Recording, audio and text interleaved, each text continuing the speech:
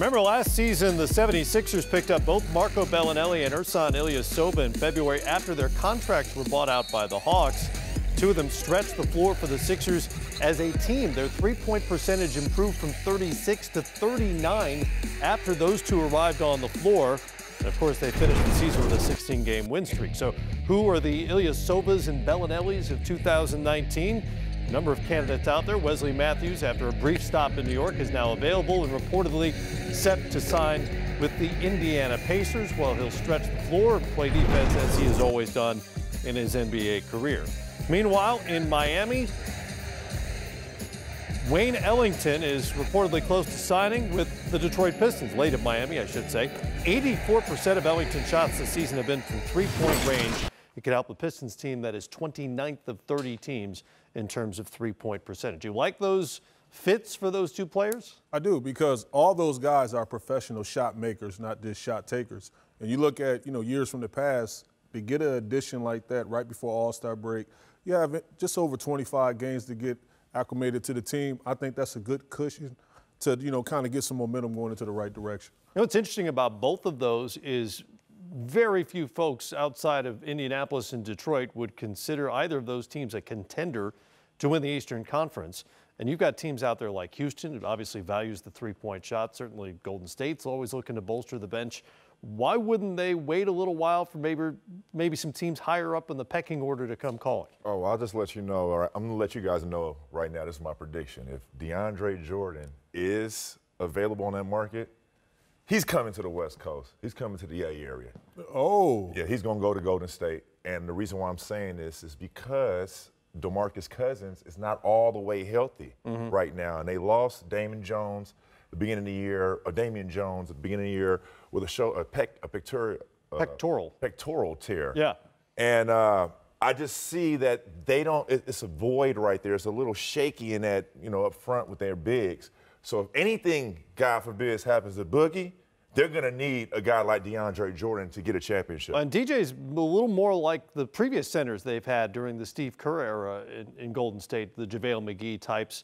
Andrew Bogut was not as athletic, but more of a defensive-minded center. He's a rim protector, though. Yeah. Right, more of a defensive-minded center than an offensive sort of center like us. I thought that was the huge difference when you talk about Cleveland being able to come back from that deficit from years back and win that championship against the Warriors, because 2016, they no longer had the rim protection of Bogut. Right. So now you fast forward to now, I think that makes perfect sense for DeAndre Jordan to go there.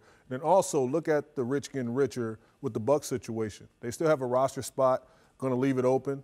And, that could be a buyout situation, and, probably need another shooter to get some real estate for Giannis and Eric Bledsoe and those guys to get in that paint. Well, virtually all the better teams in both conferences have at least a spot available for just those sort of scenarios, and maybe they can pick up some of these guys. Carmelo Anthony has been linked to the LA Lakers. I don't know what the market is for him outside the LA Lakers. It certainly seems like the landing spot for him. We mentioned Jordan. Enes Kanter, a really good offensive player and rebounder, but a bad defender, is available for somebody's bench, presumably. Markieff Morris was moved from Washington to New Orleans before he reached a buyout. Robin Lopez now also available from the Bulls. It's interesting to see these names and these guys, but what guy on this list in particular averages double figures this season? 2.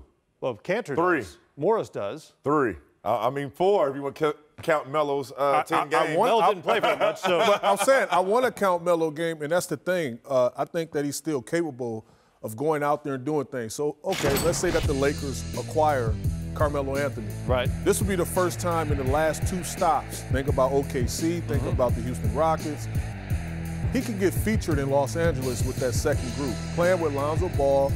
Does he want to be in the second group? Can he make that adjustment? That is the question, but only he has the answer and knows the answer. And I hope that the answer is yes, because I feel like he has a lot of basketball life left in him. Being featured with the second group. You see Dwayne Wade just called the game in Portland just a couple of days ago. He was remarkable. And this is last dance, and he's out. He's going out with a bang. But Carmelo Anthony still have a lot of basketball left in him. If he's willing to make the adjustment, and the way he plays against second-unit guys, especially, you would think he would have a role to play. The question is, as you mentioned, can he do that? I think he needs to accept the role because it's such a fragile part of his career right now. These next 2 months might be his last 2 months. Right. So you have to take that into account going forward on wherever you're going to go.